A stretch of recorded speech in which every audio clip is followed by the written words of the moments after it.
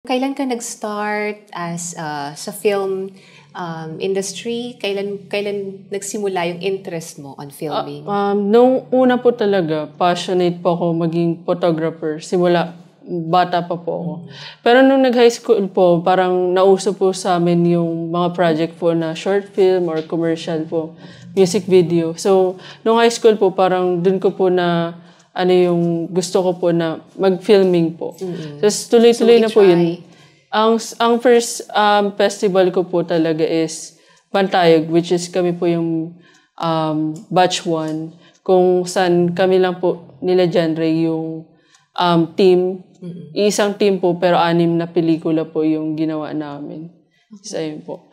Yung batch 1 po na yun. Tapos batch 2, batch 3 po. Parang nagtuloy-tuloy naman po. Siguro ako lang po yung nagpahinga sa amin. Naalala mo pa yung first project nyo sa film? Opo. Marami po yun eh. Marami po kaming project na 6 po yung ginawa namin nila genre. Yun po natatanda. Yun yung first nyo? First po na festival. First festival. Pero sumasali na po ako dati sa Mabini. Tuwing may project po kami.